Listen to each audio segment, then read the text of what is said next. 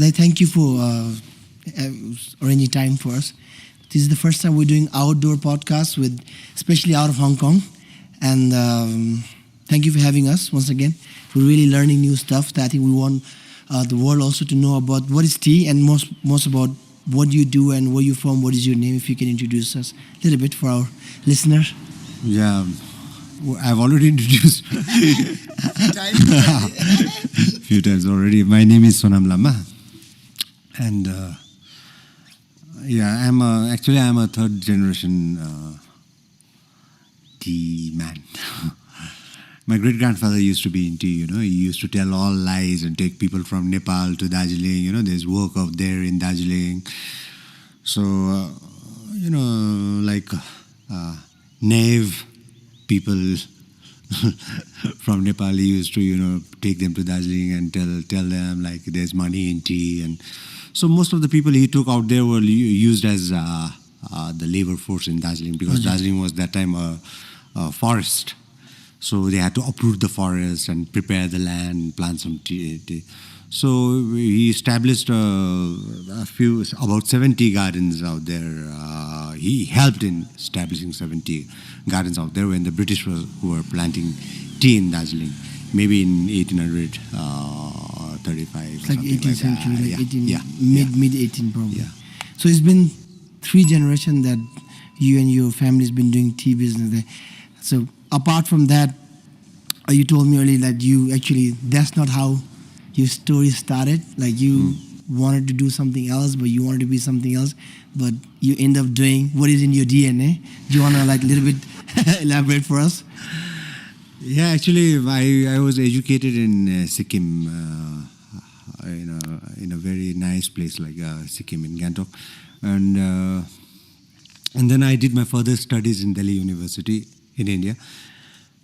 So I always wanted to be a tech guy, or a computer guy or something like that. But it's not normal, right, for people from especially from Darjeeling or Sikkim to be a tech guy. It's like a thing. Yeah, it's normal. It was my ambition when I was in school, so I just wanted to pursue that, and I joined. That time there was one institute called NITM, National Institute of Technology and Management. It was a pretty famous institute. I joined that institute also. But as I was doing my studies out there, after I finished my graduation, then my grandfather just wrote me a letter and called me back. And after I came back, I came back home. Like the third day, he wrote me he handed me a letter, another letter, to go in one very, very remote place and join tea, especially in research. There I was like 3 months, 4 months. I was just counting insects and counting mites. Something that you don't want to do, probably. Yeah. Then right after that, when I know I'm going a little bit faster, but we can come back later on. What happened in your early age? But so when did it started that, okay, now maybe I want to stay with tea, and then, because I know you've been doing this for, I don't know, like, yeah, when I was working in that research, like, it was just a government job in a very small, like I was just a trainee that time, and I had a lot of time. Actually, I had a lot of spare time. But during since my college days, I was a very vociferous reader. So I started reading tea journals, tea publications, from research and all that. That house was full of research paper. So slowly, like I then gathered something that I wanted to pursue and go for tea as a career. So that's how it happened. That's how it happened for you. I think this surrounding by literally right now we're on top of the very beautiful tea plantation. I think what's the tea plantation that is the tea plantation that Dai owns, Vishal Dai, right? Yeah. Vishal Dai. What's the shop name again? Venus shops. So thank you for them to providing the space. So you didn't like the tea at the beginning. I mean, you didn't want to be a tea person, but later on you like it. So what study that you have done to kind of like let's call you as a tea monk, that's what we call tea master, to be like, because you told me you have been studied in Nepal, and probably in Darjeeling, and probably in China, some other countries. And so how was the study? What was the study actually like? So after my research work, I worked on 2 papers with some doctors who were doing PhD and all that. So there were different papers. One was on entomology, on things for insects and all that, and another one was quite interesting. Like, it was about the flavonoid compounds of black tea from Darjeeling. So that took me a little bit. The interest rose a little bit, maybe 50% more. And then there was really, the job was really irritating. Go early in the morning, come back, and so I joined a private. Leaving that government job, then I joined a private company where, and people that time in Darjeeling were who would make the best tea. Like there were about 78 or 82 tea gardens in Darjeeling. So who would make the best tea and all that? So that was a very interesting opportunity for me. So I joined a private company and worked out there, and then I started exploring the world of tea making as a skill, things like that. And then what was the study in China that you mentioned? Then I came to Nepal. Then I got an opportunity to go to travel to China. Then I went to I had an intern study in Hangzhou, in Zhejiang province. And then another was since I had in those days I had a lot of friends who were my professors, so they also gave me another opportunity to do some study in Fujian, in Anxi village. So there I went and lived with farmers and all that, and I came, and then I really understood the culture of tea. Because working in Darjeeling as a tea planter and as a tea maker, you are always accustomed to a certain system that the British had laid down. It is a different kind of tradition. I think they're the one who started in here. So yeah, so it is a very colonial kind of thing. You have to do this. It has specific times. It has specific. Everything is so specific. So, but when I went to China, I felt that the culture moved on like a flow, of tea, right? Yeah. So it was embedded in the culture, and people tea was embedded in those professors who taught me, whom I learned from, and all that. So that's how I came back to Nepal, and that was a different dimension of approach towards how you view tea as a career or as a product. Or so I think putting a small sentence, like here is more like necessity, over there is like lifestyle. In the China, I think the tea. It's almost people live tea, people drink tea, people just make tea. It's almost a way of life. Yeah, the living especially style. in the tea villages. Yeah, especially the tea villages. Then you study about the tea over there, you got more inspired. Yeah. And you have come over here with one of your something you were mentioning me earlier, like you wanted to start one campaign. When I came back, I started energy, okay, I want to do something, let's do it. I started a campaign called One Farmer, One Tea, and I thought if the farmer himself, who is very close to nature with the tea, who's very close with the tea plant, if he is not involved in making the tea and transforming the tea, that brings allows customers or people to taste the human touch in it, then I think that tea can almost like if you have a big factory and there's a big plantation Yes. and leaf is coming from big plantations, you don't know who is plucking what and bringing it to a big factory and processing in a very commodity way. I don't think like there is the spirit of tea in that commercial tea. I think you wanted to start something like, let's say, let's call it like, you want to do one, but you want to do the best. That was Yeah. I think that was the whole idea. Yeah. But how long it worked for you? I mean, still working? Yeah, now, actually, when we started with this, I think it was a revolution in Nepal, because in Nepal, everyone thought that, to process tea, you need large investment, big factories, workers, similar, like we were actually we were transferring technology from Darjeeling. So I thought like, this is not our way. So we have to, instead of transferring technology from somewhere, we have to build our own technology. Nepali tea should have its own essence, its own technique, identity and own essence.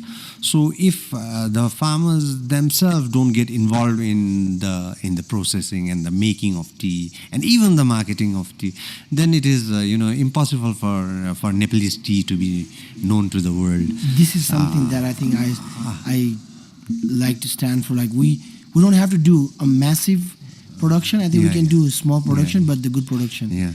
I just wanted to ask Sumray, do we need to check the lighting? It's getting very bright. Is it all good? No, because we started with a dark light and now suddenly it's become very bright. So also, I'm really impressed that you have been working as a tea. As you know, we have a tea bar. This is the whole idea. That's why we came to Ilam now in Fikal and going to Darjeeling tomorrow to see one of your friends. So how, the question is like, I mean, that's not a question. My question is always I wanted to ask, how can we, this one tea, one village, one tea, that's what you started. So one farmer, one tea. One farmer, one tea, sorry. One farmer, one tea. So did we get a better tea which represent Nepal and we can proudly say or proudly promote in our international world? All these years, it's almost been about 8-9 years I've been keeping students, teaching them, going to their homesteads, living with them. Now we have cultivated, I had many students, like 200, 250 people, but I think now out of them, 18 to 20 farmers are very, very successful and they have their own facilities to make teas. Some of them are expanding, and I think for me that's very makes me proud, probably, yes. But what kind of, I just wanted to ask, so is there any specific tea that we should try and bring it to a probably international market, like places like Hong Kong, and kind of showcase to the world? If you have any, please let us know. Maybe we'd love to try. But you have we have some of the tea that maybe you can help us to explain as. Yeah, yes. Also, so we here for tea definitely, but Dai has a very charming personality. So that's why we started a podcast. So also Dai has the tea shop called tea production company. What do you call it? Tea production company? It's a tea Mandela. So La Mandela. La Mandela. Which we have some of the clips that we can show you guys later in other videos. But we're trying some of their own production, which Sonam, they can help me to explain which one is which. Okay. So this La Mandala Specialty is an 8-year-old company, and I started this company because I couldn't go traveling all around. Nepal is it's quite diverse in the sense like there is not you don't have a clustered tea village. Some clusters are somewhere in another district, some clusters are somewhere in another district. So I had this idea of bringing people in Mandala and training them out here only, like so that they live and breathe with me, and with the tea out here. You told me. So it's almost like a studio company where people come and learn. Even people come from other countries also, from UK, from Taiwan, from Japan also sometimes. Like they come and they take a crash course or something like that. Some sellers like from Bombay, Delhi, they also come and take some crash course. So it's like a small learning company where people have the opportunity to learn, share. They can and still things do, like right? that. If they wanted to come and learn. Yeah. So that's why we had this company. So now these are all like teas. Mostly my students make. They're grown here. Yeah, they're all grown here. They're very local. they are grown above 1600 meters of sea level. So our factory is situated 1682 meters of the sea level. So it's high elevation, high grown tea. So on most of these some company in France, they really understood our mission. So now they have been promoting our tea in France. They are selling in their 50 specialty shops in France. So what is specialty tea there? Because I heard specialty coffee. I mean, I just want to know what is specialty tea. See, tea is a very, very simple and ordinary beverage as such. In terms of how you view it, how people view it, what is people's approach. It can be complex for people like who take it in a complex way also. But it's a very simple and I think the essence of union between us humans and the tea plant makes it special. So that's the special. Yeah. So it is not like you have to pick there every cultivar. Of course there are technical specifications. There are technical specifications which like people will learn themselves. When they go through it, they go through that phenomenon of tea making and the phenomenon of tea appreciation. People will learn themselves. I don't teach people like each and every technical point. I just take them in front of a tea plant and tell them, now is your learning time. Now you have to learn how to learn from nature. That's my most important message. Learn to learn from nature. Learn to learn from nature. And so that's the explanation. That is the explanation of specialty tea. See, specialty tea in very technical terms means like dissection of compounds in volume or quantify something. But since it's a natural product, it varies from day to day, from hour to hour. So we can't be really, dependent upon statistics and things like that. I think now I'm involved with a new program called my own program called Spirit of Tea, where I make people feel the spirit of tea. I think the feeling of people and nature, and it's the union of these feelings. Is the most important essence of specialty tea. So specialty tea, that we'll talk about definitely the tea spirit, also the spirit of tea. And also in France, you mentioned, so they also, when they sell specialty tea, they also have this kind of explanation to their guests, or they just tell them, oh, this is specialty tea because it's come from a special place. Or actually, our person who is selling these teas, who's promoting our teas, he always, every year he brings about 12 to 13 people from his shops, whoever are selling it, especially tea sellers from his company. So they come here, we interact and we tell them everything about tea, about how we made this tea, like how it just happened, Because some teas, they just happen, you don't have to make it.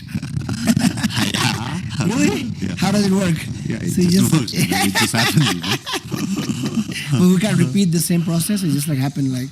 Yeah, it just happens. Like a song. Like let's say, when they said, I was listening to one of the band actually. They were talking about, so the YouTube the interview asked, so how did you come up with the song, the best song of their band? He said it was just 5 minutes. Yeah. It just happened. So that can happen also to you. Yeah. Yeah, because you are working with nature. See, when you go and you always when you suppose someone asks you, like you are asking me now, like to make it into an alcoholic beverage, or to blend it with alcohol. What do I? Can you give me some advice or something like that? So it just clicked in my mind that I can give you a flavor compound which can be more Damascus, which could be appley or near lychee, very fruity. But to that, now to achieve that is my target. To achieve that, now I have to go to the field. Just like talking to the plants, I have to see the right time when the leaves has to be plucked.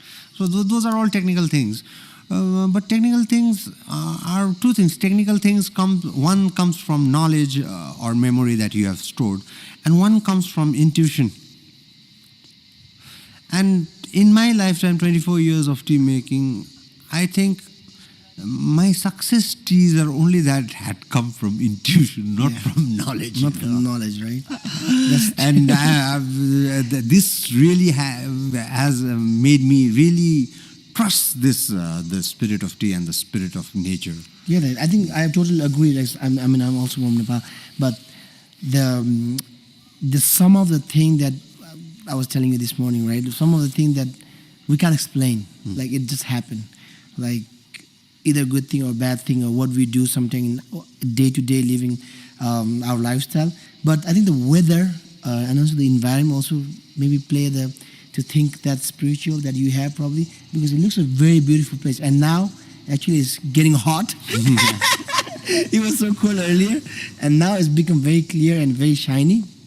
So you've been living here, grew up here, and then the idea of tea is here, and now you kind of a master in tea. But this is another question that I have. Like, so now I'm sure you know the tea, and then the process of tea, how the tea grow, how actually tea make. But now this master thing is a terminology. Actually, nobody can master nature. Yes. You cannot be the master of nature. Actually, nature is your master. In terms of in our level, in our level. So, but now you're moving to you mentioned you're starting this new